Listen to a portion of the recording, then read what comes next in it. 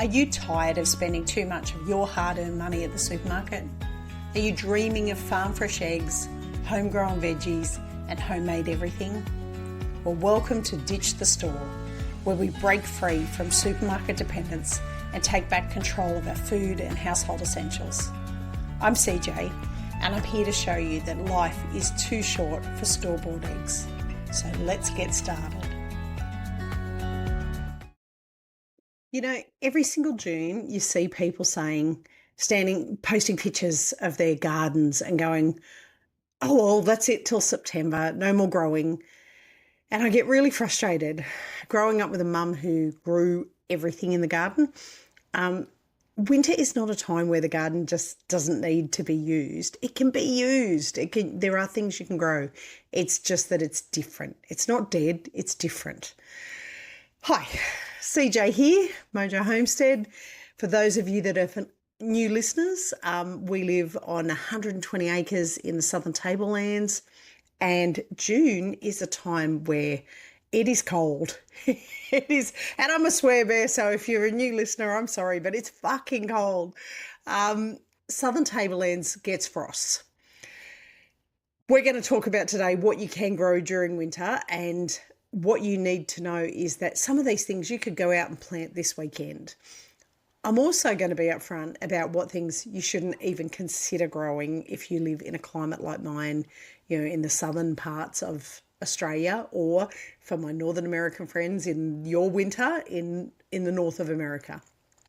And I think you guys, there's quite a bit more land that gets snow and frost and ice. We don't get snow here, but we get icy, real icy. So we'll get into it. Before I do, I just want to say, if you are not on our email list yet, please think about jumping on. I have been very slack while I've been in and out of hospital with my fractured leg, but I am trying to get my weekly newsletter out, and I'm trying to include more and more information that's just stuff that is handy to know. So if you're not on the list and you think, oh, I could do with a newsletter, and I mean, I know I get a shit tin of newsletters that some of them I just don't read and I really need to unsubscribe from. But if you think you'd like some information, particularly about chickens, goats, regenerative farming, beekeeping, looking after cows, particularly potty cows, Angora goats, jump on, because I will put stuff out that you will find useful. Go to www.mojohomestead.net. And you'll see there's a freebies page. Go to the freebies page, jump on there, pick whatever freebie you like. You will get, there'll be a little pop-up saying, do you want to join the newsletter? But go and get a freebie. You may as well get the freebie while you're there. Anyway, winter, which is not my favourite time of the year, but I will say that I like the fact that I live in an area where seasonal changes are very distinct. We get 4 very distinct seasons here. When I lived in Papua New Guinea, I lived over there for 4 years working when I was in my 20s. And over there was no winter, no autumn, no spring. It was just hot all year round. And the only difference was it the rainy season or the non-rainy season? And that was pretty much the only difference. Same when I was in Tonga. I worked in Tonga for a little while, and it was the same there. It was just hot and humid all the time. And I'm sure they have cold days, but I was not there for any of them. Anyway, what I want to talk about today is getting a real mindset shift, say that quickly 5 times, around winter gardening. Because there are things that you can do through winter, and you don't need to have a dormant garden bed and not be doing anything. Now, if winter is your downtime and you want to relax and not do anything, that's fine. But if you really want to keep the garden bed going, you absolutely can. So a couple of things I want to touch on. The myth that you need to kill is that you can't grow anything in winter. Northern Hemisphere thinking applied to our climate. If you are in a snowy Northern Hemisphere area, then I'm sure that there are things that you can't grow in the ground. For us here, having a frost doesn't mean that we can't grow stuff. It just means that we have to treat it a bit different. So for people that are in the southern parts of Australia, like the Southern Tablelands, it's cool, it's frosty, but it's not a frozen wasteland. The ground is not dead. There's lots of things that you can grow through winter, and there's a few things that really actively prefer winter to summer. Cool weather is genuinely good for some crops. Things like leafy greens and brassicas get sweeter after a frost. Now, I'm kind of yet to absolutely prove that, because here I can't grow brassicas during summer. They just bolt and go to seed, so because we're just too hot. So I don't know if that's true, but all the indicators show that it is, that the any greens, any brassicas will do better in winter because they'll taste better afterwards. And the reason why, I tried to search up why this is the case. Supposedly, the plant converts stored starch to sugars as a survival mechanism against freezing. Now, when it does that, things like kale goes through the frost, it tastes completely different to kale that hasn't. That might explain why I don't like kale, but if you like kale, it's going to taste better after going through a frost. Supermarket kale, in some cases, has never seen a frost because it might have been grown in a greenhouse or in an artificial environment, and that could well and truly explain why I can't stand kale. It's one of those leafy greens that I really just don't like. I do like all the other leafy greens, I just don't like kale. Tempo shift. Summer gardening can be fast and urgent. You kind of have to be on it all the time and be out there every day. You're racing against the heat. In winter, it's more slow, more patient. You can plant things and wait longer, and your harvest window is a little bit extended. Silverbeet plant, it doesn't just give up in winter, it slows right down, which means you can harvest it for a bit longer. It's a different rhythm, and it's not a bad rhythm, it's just slower. Adjust your expectations in a specific way. You got to remember, it is winter. You are not aiming for a full summer style harvest, and if you go into it thinking that, you'll be really disappointed. You're aiming to get things that you know will grow through winter that are going to supplement what you have in your house. So this means you may not be able to ditch the store in respect to everything that you are eating or consuming, unless you've been really, really good the year before and done a lot of bottling, pickling, harvesting, storage, that kind of thing. You're just going to be topping up things. So a lot of those leafy greens are really nice to add to things through winter. Even just a small container of spinach or kale is going to be a win. At the end of the day, you don't have to buy it from the store. So Southern Tablelands is a reality check. We get real frosts here. I don't care what anybody says. If you haven't lived in the southern parts of New South Wales or Australia, then you don't understand what I mean, probably. But we go out and we sometimes have to break the ice off the animals' water troughs. We regularly have to scrape ice off our cars in order to be able to drive them. Hence why a lot of people garage their cars here, or at least you'll see people in Canberra who have shade sails across their driveways so that they park their car under there in winter and they don't have to scrape the ice off. But we do get a very significant frost. So you have to know the difference between frost tolerant and frost tender plants, because if you don't know that difference, you're probably going to not get very far with what you're growing. Now, the actual plants that you can grow, and these, I'm going to go through them. Not all of these I grow, but these are ones that if you're interested in growing them and you're in a colder climate, you can absolutely do it. So these are what I call the reliable performers in winter. Plant them and they will grow. Kale, again, I've said it, I don't like kale. I've never liked it. Maybe I should try growing it and maybe see if the frost hitting it actually does make it taste better. The handy helper always says to me, like, if there's anything with kale in it, he's like, I don't want that, because we have bought, or made up salad bowls with kale in them that I've bought from the supermarket, and it just never tastes right. But a couple of varieties that I found that are really good in cold climates: Cavolo, Nero, and Tuscan kale, curly kale, red Russian. They can all handle genuine hard frost without protection. Harvest from the outside leaves inwards. And like I say, I've never grown kale, so I had to look this up. Leave the growing tip as it produces for months. It's one of the rare crops that is genuinely better after a frost. That's what the info said. As I said, I haven't grown it, so these ones I have grown, Silverbeet and Rainbow Chard. My mum and dad used to grow these all through winter. That was like a main staple in the garden. And I've got to be honest, I used to hate Silverbeet. And now I really like it because I worked out that I like it when Silverbeet is cooked with, a bit like Brussels sprouts, bacon, onion and garlic. If you fry that up together, it actually tastes really, really good. Okay, so both of those handle frost and they will keep producing. You just harvest the outer leaves. The rainbow varieties with orange, yellow and red stems, they actually look really, really good in the garden, but they add a bit of colour to food. And through winter, sometimes you can be a bit, you're just eating potatoes and pumpkin and things like that. So it's nice to have something with a bit of colour in it. They're very easy to seed or seedling and very versatile for the kitchen. So you can add them to things like stir fries, but you can also add them to soups and pastas and frittatas and things like that. Excuse me. English spinach. Again, this was another one that my parents grew in great quantities. Spinach actually hates summer. It bolts as soon as it gets hot. So it's a cold season plant no matter what. And winter is when it wants to live. It grows relatively fast for a winter crop. It's a good one. The varieties that I found that particularly do well in my area are Bloomsdale and Winter Giant. They both do well in the cold conditions.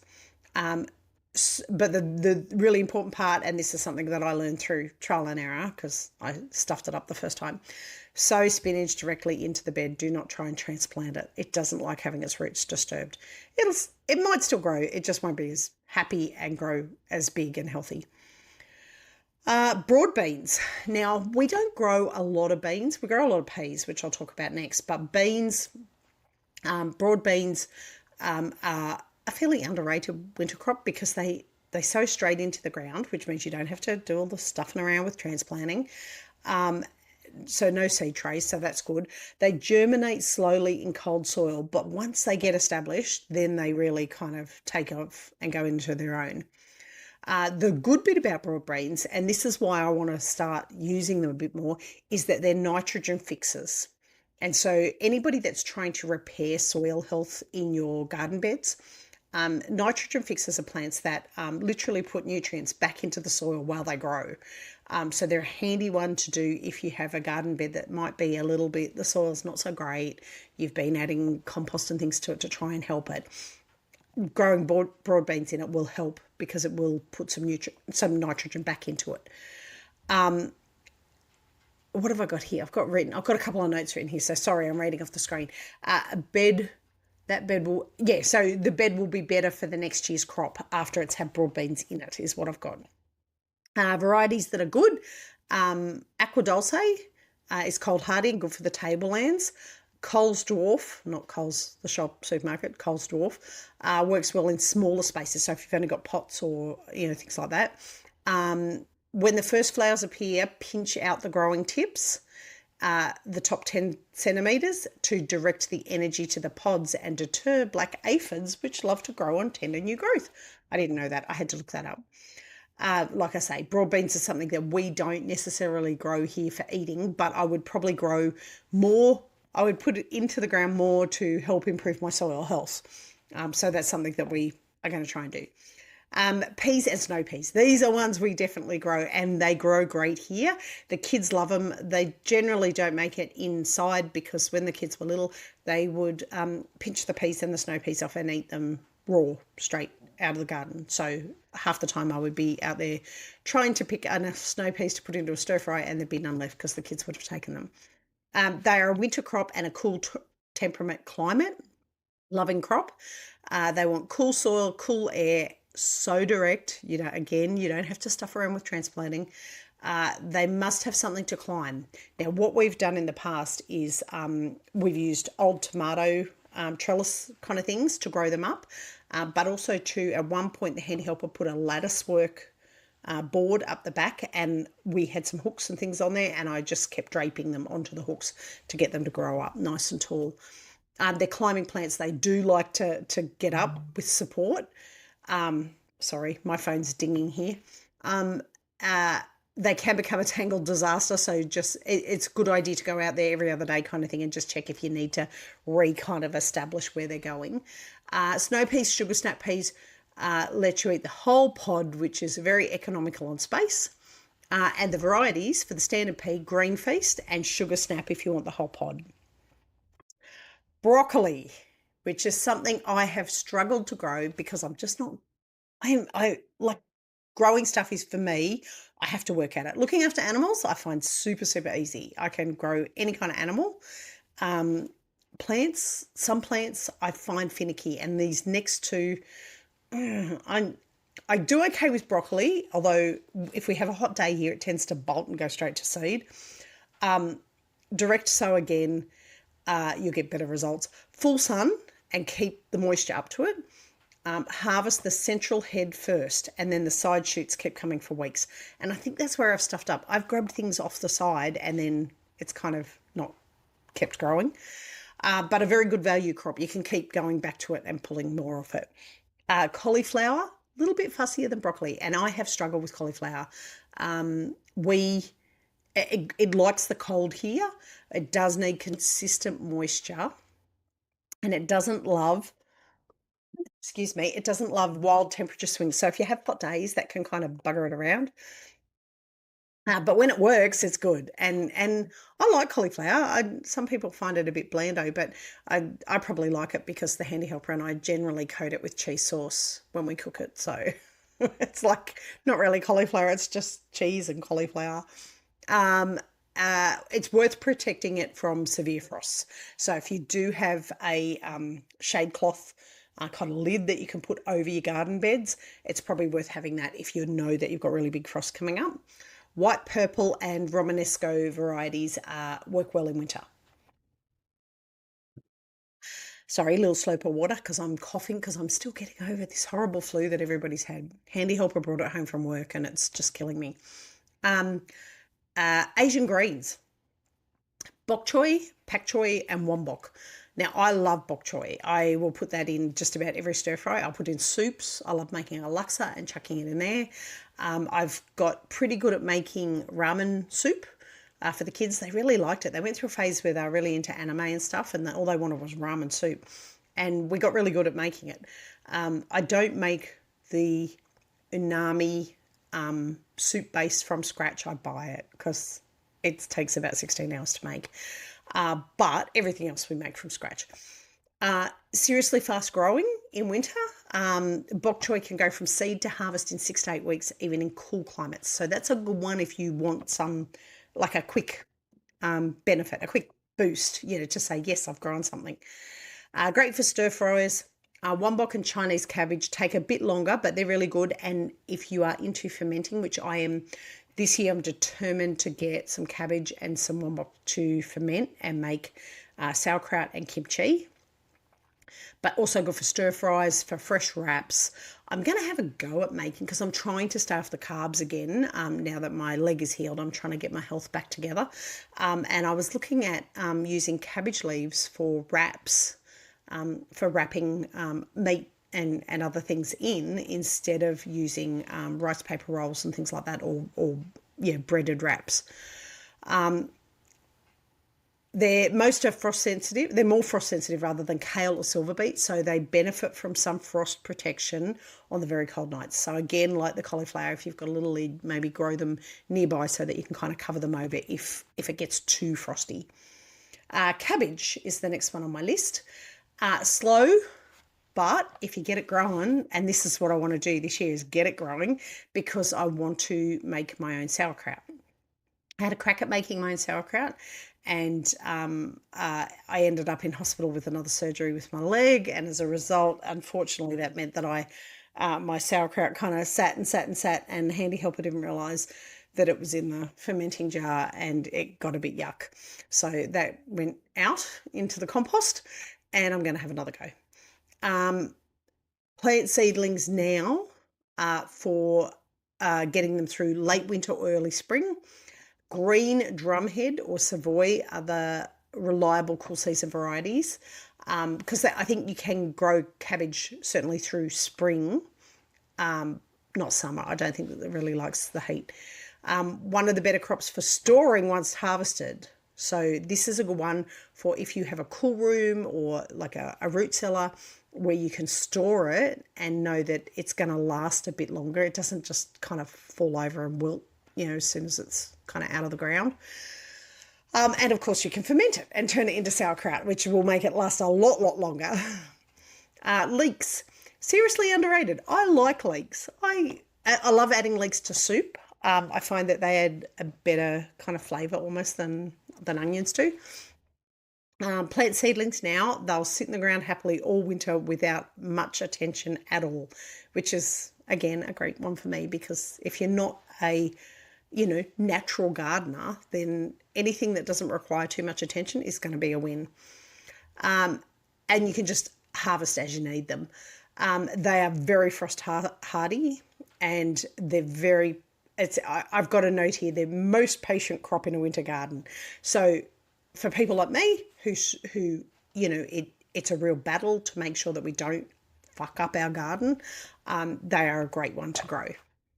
Radishes. I actually really like radishes. I didn't when I was younger. I never used to like them. They were too spicy for me. But now I find that in a salad, they really add a bit of a boost to it. The kids tend to, I think they're a bit too spicy for them the first time they tried them. And so they were like, oh, nah. But I don't mind them now. They're a fast win in winter. Some varieties are ready to harvest in 3 to 4 weeks, even in cold conditions. Cherry Belle is a classic one that's very reliable. French breakfast is a bit longer, but has a mild, sweeter flavour. So we might try and find some seeds for that one and try that. So see if the kids like that. So a small row every couple of weeks, and you end up with a continuous supply through winter, which is a great way of doing it. And I've got a little note here, a great crop to plant with kids because of the fast results. So kids tend to be a bit more interested. They don't like, I don't know, my kids are older now, but when they were little, they wanted the quick result. Like they'd plant something and be like, why has it not got a fruit on it now? Yeah. Beetroot. I love beetroot. I used to love having it on hamburgers. Now I would just eat it straight, like on its own, without a problem. They are slower slower growing than in summer, but they still work in winter. And the best bit is the leaves are edible as well, which is a really nice bonus. You can kind of treat it a bit like silverbeet and just take them from the outside. You can get candy stripe ones, or you can get, there's one called Cylindra, which is really good for slicing evidently. But there was a really deep dark red one that I used to use that we would just bottle, like Mum showed me how to can it years ago.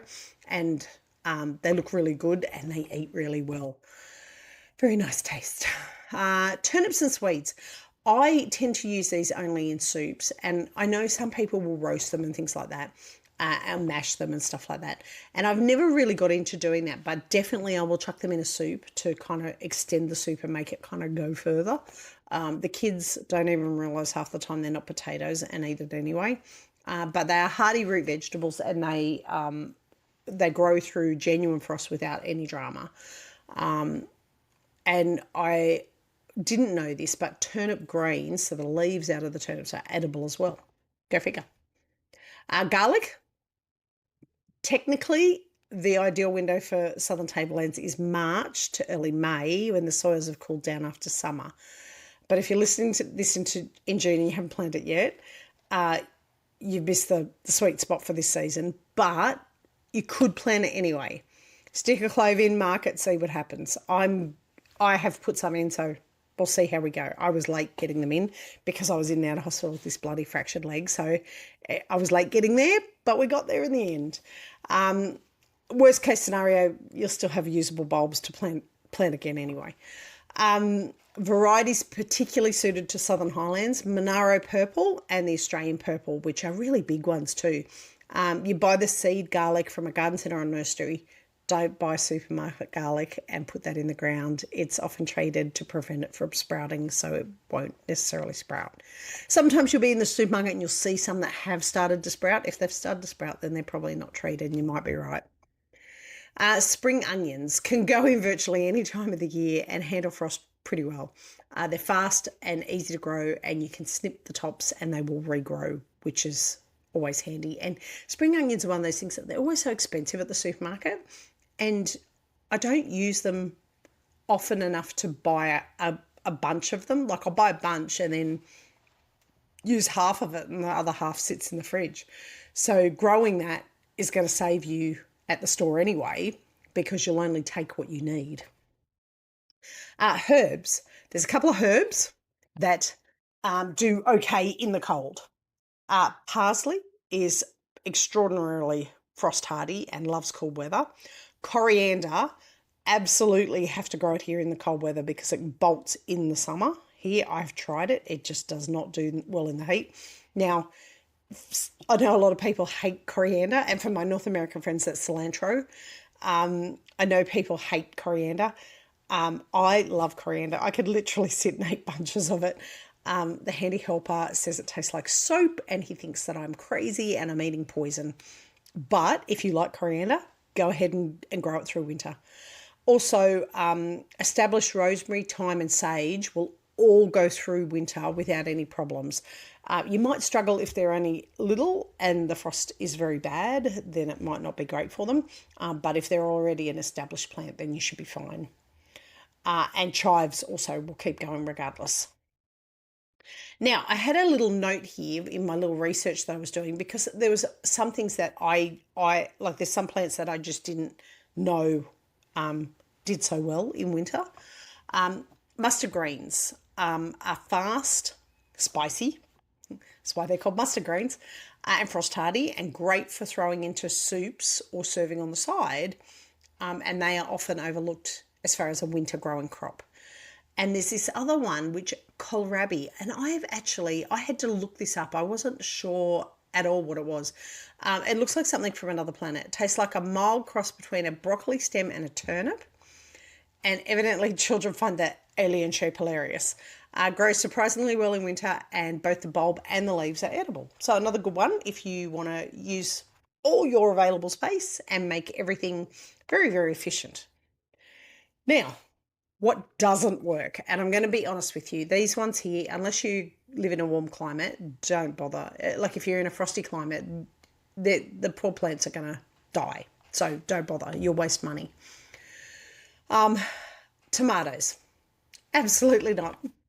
Southern Tablelands frosts will kill tomatoes. Gone. They stop producing at about 10 degrees. They're frost tender. They need warm nights to set their fruit. If you've got a summer tomato plant still limping along in June, you may as well just pull it out and compost it, because it's not going to keep growing. You can also start seeds tomatoes indoors, though, from about August. But you need to do it indoors, and you need to protect the seedlings, and in most cases you'll need to harden the seedlings up before you put them out. If you're putting them out in September, we still get frost in September, so yeah. Zucchinis, cucumbers, and all the curabites. I didn't even know what that was. Same deal. One frost and they're all dead, not damaged, dead. They are not a winter crop. Zucchinis and cucumbers, if you grew them through summer, you probably got so many of them you didn't know what to do with them. Hopefully you pickled them or canned them, and you will have enough through winter and you won't have to worry about growing them. French beans and climbing beans. I've got here, you wouldn't be putting them in until at least October, and that's because they really don't like the frosts. They need temperatures consistently above 18 degrees to germinate really well. So the Southern Tableland soil, it's not good for them. It's just too cold. Corn, nope. Corn does not like cold weather. It's a warm season plant. It needs warm soils. It needs warm nights. Save your seeds. I would say wait till late September for corn. We try and start seedlings in late September because OJ, my son, absolutely loves fresh corn on the cob. So we try and start it then, because we have to keep staggering it through summer. Capsicums and eggplants, definitely not. They are subtropical in their origins, and they are not interested in our frosty mornings at all. Sweet potato. I would love to grow more sweet potato down here, but honestly, you need warmer soil, and we don't get I don't think we get a warm enough, long enough window to grow really good sweet potato. We grow potatoes here, no problems at all, but sweet potato just wants that warmer soil. Pumpkin grows very well here, but it needs to be in around September, the earliest for pumpkins. Again, it can, if you've hardened off the seedlings, they can handle a little bit of frost, but they can't handle the deep frosts in the middle of June and July. Basil. Basil is a frost tender herb. A light frost will kill it immediately. And I've had a basil plant out in the garden, and it literally, I went out the next day and it was brown. The entire plant from top to bottom was brown and fallen over and wilted, and that was the end of it. It was gone. I'm not saying don't experiment. If you have a veranda, if you have a greenhouse that you can kind of block off and kind of keep warm, then go ahead and try. But more than likely, it won't germinate properly. Like, plants won't grow and get healthy and strong if the soil is really, really cold. It's just the wrong season for them, and that's okay. That's why we grow different things at different times. Now, I have talked about frost protection before, but the kinds of things that you need to think about are frost cloths, or agri-fleece, they call it. It raises the temperature around the plant, so putting things around the base of the plant will help the ground stay warmer. Putting curtains, hessian, shade cloth, old bed sheets, cardboard over the top, making an improvised kind of hoop house or cold frame is a good one. You can do a cold frame with an old window pane. You just have to be careful that it will make a little microclimate. You just have to be careful that the sun isn't beating down too hard through the glass and burning anything. Strategic bed placement. In Australia, north-facing beds are a must because the winter sun, it's still out. It just comes across on a very slow angle and there's not as much daylight. And so having it north-facing will get you the most amount of sun during the day. So north-facing. And be mindful of any dips or hollows or things like that in your garden area, because that will, hold frost closer to the ground and make it harder for the plants to grow because they'll be too cold. Mulching. Mulch all around your plants. Mulching keeps the roots warmer, and if the roots are warmer, then the temperature swings don't tend to be as dramatic. Soil timing and watering. Obviously, we've talked about it before, soil prep. Make sure your soil's healthy. We've just talked today about the nitrogen fixes. That's not a bad idea if you've got a garden bed that's really struggling. Things haven't been growing so well in it. Direct sow versus seedlings in winter. Some crops, like I mentioned, do better to be direct sown into the ground. The transplanting can kind of fuck them up. So you don't want to do that. And knowing which ones do well will save you a lot of time and effort. Soil temperature for germination. Most vegetable seeds struggle to germinate below about 5 to 7 degrees, but spinach, broad beans will push through cold soil without a problem. Broccoli likes that above 10 degrees for good germination. So it's a good idea to get it started kind of before you get into the very dark depths of winter. If your soil feels too cold and seeds are not coming up, start seedlings in a pot somewhere else and try and transplant them. It can make it a little bit harder, but if you're in a really cold area, if you're in the snowy mountains here, or if you're one of my Northern Hemisphere friends and it's the middle of winter for you, then you might just have to try that and see how you go. Water less. Everything's a bit slower in winter, so plants don't need as much water, and it's really important that if you live in a frosty area that you water earlier in the day. Excuse me.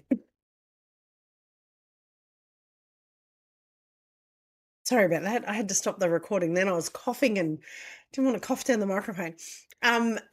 Water earlier in the day so that you don't, if you water too late in the day, the chance that the ground will end up kind of really freezing up. So always check the ground. If it doesn't need watering, don't do it. If you've had we've had rain for the last week here. If you've had a lot of rain, then obviously you're not going to need to do it, which is fantastic. That's another win. But definitely, if you are watering, do it earlier in the day rather than later in the day. Now, the main things, if you're just going to do just one garden bed and you're like, God, what should I do? the three that I would suggest is either broccoli or kale. And I'm saying that because I don't like kale. So broccoli or kale would be my number one garden bed tip. Oh, maybe cabbage. Maybe I would say cabbage as well. Sorry. Broad beans, because like I say, they are going to put that nitrogen back into the soil. So even if you're not going to harvest them to eat, they'd be a really good garden bed grower and good to grow around other plants as well. Spinach. Spinach is awesome to grow in winter, and certainly my parents always grew spinach. We always had an abundance of it through winter, and they're very fast return on what you put in. So you'd be picking leaves within 5 to 6 weeks. I'm going to try and grow cabbage, broccoli, spinach, and snow peas this year. I'm going to limit myself to that. And I think if you're in the same boat as me, where you're time poor, or in my case injured and not able to do as much outside, then just pick a couple of things that you know are going to be real winners in the household and try and grow those. Wouldn't hurt to grow a herb. If you've got a little area that you want to put some herbs in, go ahead and do that as well. But if you spend $10 on seeds and it saves you $20 at the shop, you're still in front. You're still in front, and you will have learned for next year what's going to work and what's not going to work. So it would be a win-win. Anyway, that is it. That's winter gardening in the Southern Tablelands. And it's probably, like, people don't realise that. People think that the Snowy Mountains are the coldest place in Australia. Look, they get snow, so absolutely it's cold, but the Southern Tablelands don't. If you haven't lived here, believe me, the frost we get some mornings. I've been here and gone outside and it's been like -10 and -12 and things like that. And that's Celsius for my Fahrenheit friends, which is frigging cold. It's frosty and it's, everything's covered in a layer of ice. I will post pictures through winter of ice because we get some pretty dramatic frosts. So slower growing, you have to be more conscious about what you're planting. Don't go crazy trying to put everything in. Just plant the things that you know you're going to get something out of. Have a crack at putting the broad beans in. Like I said, if you've got a garden bed that's not done so well, whack it in, see if it pumps up the soil a bit. Garlic, if you got it in time, it's under the ground doing its thing, so just leave it go. And when the weather warms up in September, you will be ready to go with all your other stuff. Now, I mentioned at the start that I have, did I say at the start that I had something coming? I don't know whether I did, but, I do. I'm putting other stuff out there because I want more information out there for people. And gardening, even though I talk about gardening and we've talked about gardening a lot over the last couple of weeks, my first love is livestock farming. And so the handy helper and I are in the process of putting all the pictures together for my next book, which is finished. I have finished writing it while I was laid up with my leg. I finished writing it. I just have to get the pictures together and get it edited and get it out onto Kindle, onto Amazon for sale. I just self-publish because it's cheaper and easier and I reach more people. And the next book is called Eggs Without Cartons. And it's all about growing eggs in your backyard so you don't need cartons, because you'll just bring them in and put them in a bowl on the kitchen bench. And we do use cartons for ours, so it's a bit of a joke here that I say it's eggs without cartons. What I mean is you're not buying them from the store. So it's a good book for taking you through from never having kept chooks before to having chickens for the purposes of eggs. Now, it'll be linked to my other book, which is Brooded a Plate, which is growing meat birds for the purposes of consuming in your own household, which is already out there on Amazon. So you can go and look up From Brooded a Plate. CJ Steedman is the author, me. That's already available on Amazon, but the next one, Eggs Without Cartons, will be coming soon. We just, like I say, putting together the last of the pictures, and then we have to get somebody to run through and check it because I failed English at high school, so the fact that I write books is kind of already a bit surprising. So I don't have a date yet for when it will launch, but I keep an eye out because I absolutely will be all over the social media when it's launching. So if you don't follow us on at Mojo Homestead or Ditch the Store, go and follow us now so that you will know when it is going to be released. Now, the other thing I was going to say was, next week. Next week we are talking about, and I haven't got it written down here. I hate it when I haven't got it written down here.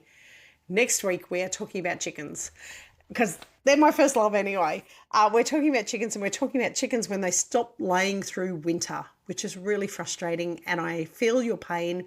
I have just done a small shop for the handy helper to pick up on his way home from work tonight because I'm on Arvo shift today, and I actually had to buy eggs. I am absolutely mortified that I had to buy eggs, but we've used up every egg we had in the house, including our preserved ones, and the chickens are still not laying.